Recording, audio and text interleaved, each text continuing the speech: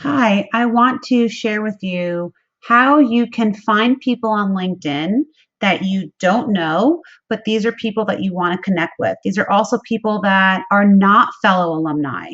So you don't have any current connection with them, but they are in the companies or industries that you want to look at.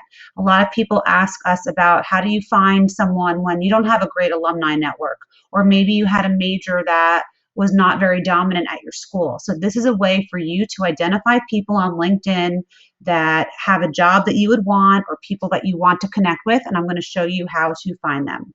So we're going to use the example of someone who was a science major who was interested in working for a company like Pfizer, and they didn't have luck in finding fellow alumni. So I'm going to show you how to find them. So let's first search for the company Pfizer, and you're going to put that in the search box. You're going to find the actual company itself in the listing, and it will bring up the company's LinkedIn page. Every major company has a LinkedIn page, and it will look very similar to this. You're going to come over here on the left-hand side. There are multiple tabs that you can look at. Instead of looking for the jobs, I want you to click on the people because I want you to think about who you can network with to target. And on the people page, it will have a very similar format that if you're familiar with the LinkedIn alumni tool and how to find alumni, it's very similar when you look at the company. So we're going to take a look here and show more information. So let's say you want to get a job in the greater New York City area or maybe meet with people who work there. So we're going to use that as your first filter. The second thing you're going to do is look at the list, say, where did they study? Do I have any schools here that are similar to mine? If you don't, that's totally fine. Do not worry about it if your school does not show up on there. The next thing you're going to do is hit the next button and look at what do they actually do and where does it correlate to what you might want to be doing. So if I was a science major and maybe I want to get into a research role, I want to click on research. So that will help get my filter even more narrowed and more focused.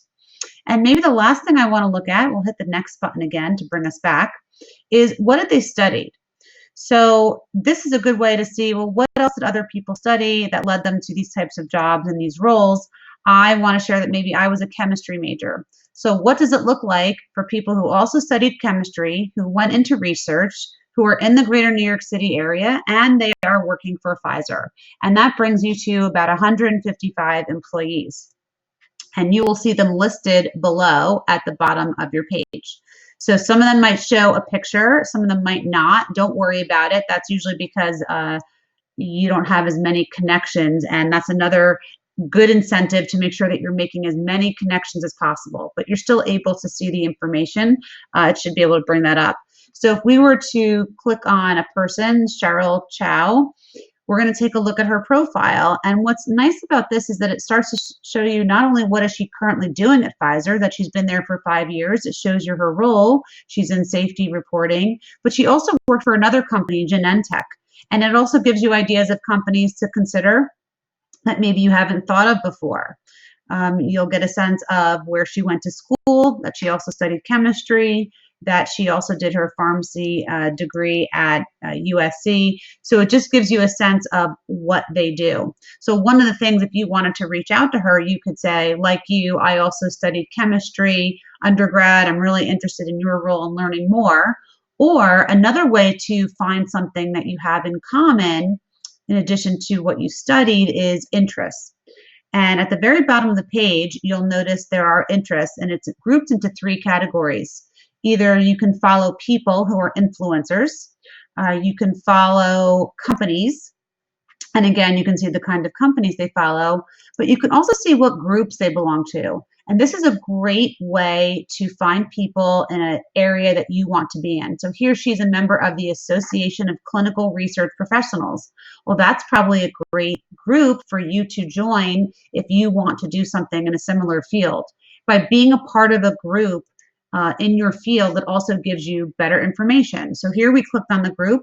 You just have to request to join, and you'll see that they talk about items that are relevant to the industry. It's also a great way to also identify other people and other companies. So that's kind of the simple way of finding people that just because they didn't go to the same school, you can still reach out to them and target to speak with them. And what you have in common is what you studied as well as a group. So you could say, like you, I'm also in the Association of Clinical Research Professionals, and I'd like to connect with you to learn more. And it just shows that you've done your homework, that you are showing what you have in common with them and how you can make a connection, because that's the goal. So hope that was helpful.